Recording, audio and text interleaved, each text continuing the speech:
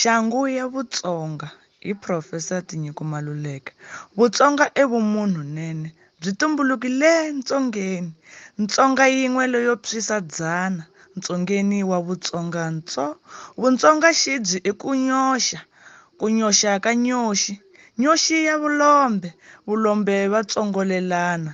Vulombe byo ntsoko. Vutsonga a byi tsekatseki futhi a byi tikirheti.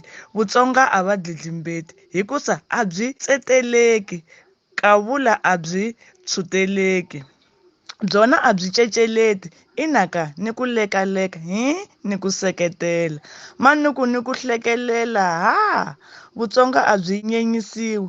Loko wo byi tseketsela u vuya u byi tsukulela u ti endla ximintantsengele lexa mbilu ya xirhangele na sindza lera honyololo ra nkololo wo homboloka. Vutsonga bya ku ololoxa. Hi lawa.